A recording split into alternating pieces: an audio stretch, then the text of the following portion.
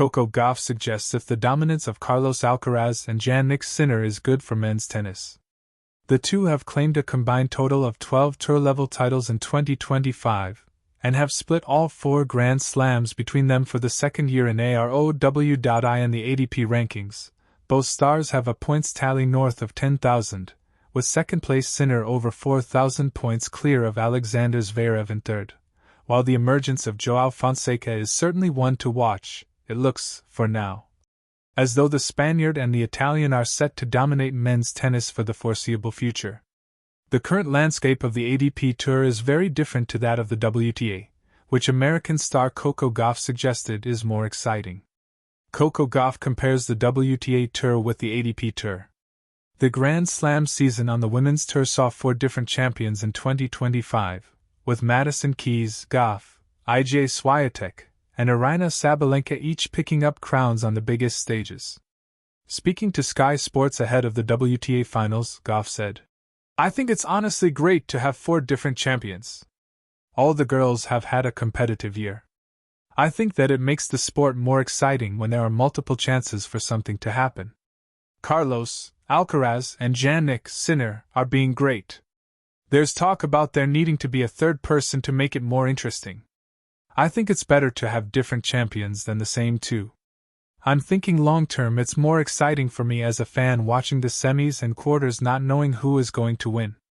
Coco Gauff's record at Grand Slam events in 2025. Gauff's Grand Slam season in 2025 was largely successful, having added to her major tally for the first time since 2023. At the Australian Open, the American advanced to the quarterfinals, where she was ultimately knocked out in straight sets by Paula Badosa. Then, at Roland Garros, Gauff enjoyed an outstanding campaign, dropping just 1 set en route to the final, where she overcame Sabalenka to hoist her second major. The 21-year-old struggled once again at Wimbledon, recording another early exit in southwest London when crashing out in the first round. Ahead of the US Open, Gauff changed her coach amid serving difficulties, parting ways with Matthew Daly and appointing biomechanics specialist Gavin McMillan. The golden winds of tennis have shifted again. Just as Coco Gauff has become the heartbeat of the women's game, powerful, intelligent, and fearless, the men's circuit too finds itself standing at a crossroads of youth and domination. The names lighting up scoreboards are no longer just Novak Djokovic or Rafael Nadal, but 2 new forces who have seized destiny with unrelenting grip: Carlos Alcaraz and Jannik Sinner. Recently, Gauff was asked whether their rising dominance is good for men's tennis, and her answer, wrapped in the poise of someone wise beyond her 21 years, sparked conversations across both tours. A reflection of change.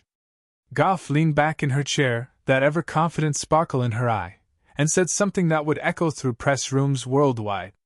Dominance can be exciting, if it challenges the rest to rise higher. I think Alcaraz and Sinner are doing exactly that. They're raising the bar. Her comment wasn't just analysis, it was insight from a player who has herself felt the burden and blessing of early success. Gauff knows what it means to carry expectations, to perform not just for herself but for a generation watching her every move. And in Alcaraz and Sinner, she sees kindred spirits, athletes who redefine what's possible while still discovering who they are. For men's tennis, the timing couldn't be more symbolic. Djokovic's reign, long, majestic, and record-shattering, is finally meeting its sunset. Nadal's body, once fueled by warrior grit, has begun whispering its final chapters. Roger Federer's grace now belongs to memory. Into that vacuum step 2 prodigies, a Spanish matador and an Italian ice-sculpted tactician. And Coco's question lingers like a thoughtful serve tossed high into the desert air: is dominance, in this new era, a blessing or a burden? The dual faces of dominance. Gauff understands dominance better than most. When she lifted the US Open trophy in 2023, many predicted an empire. Yet she has learned that success comes with paradoxes, adoration, but also pressure, stability, but also stagnation if unchecked. Dominance, she explained in one of her interviews, can be healthy when it pushes others forward, not when it shuts doors. In men's tennis, that's the delicate balance Alcaraz and Sinner now represent. Their matches have become near mythical, fast, tactical, full of modern creativity. They've turned rallies into art forms, exploding from the baseline with the energy of players who grew up studying YouTube clips of Federer but training like machines built for 2025. Gauff sees this not as a problem, but as an opportunity. When I watch them, she said, I don't think about domination. I think about evolution. They're not repeating history, they're rewriting it in real time. Her words struck a chord. Because truly, tennis has always danced between eras of monopoly and unpredictability. The Big Three era gave us continuity and excellence, but also predictability. Now, Alcaraz and Sinner offer something slightly different, a rivalry rooted in youth, friendship, and contrasting styles that feel electric rather than oppressive. A new rivalry, a new language. Gauff has spent enough time on tour to know how rivalries shape sport. Serena and Venus, Sharapova and Henin, Osaka and herself, each dynamic sculpted women's tennis in its own way. The men's game, she noted, needs a similar heartbeat post-Djokovic. Fans crave rivalries.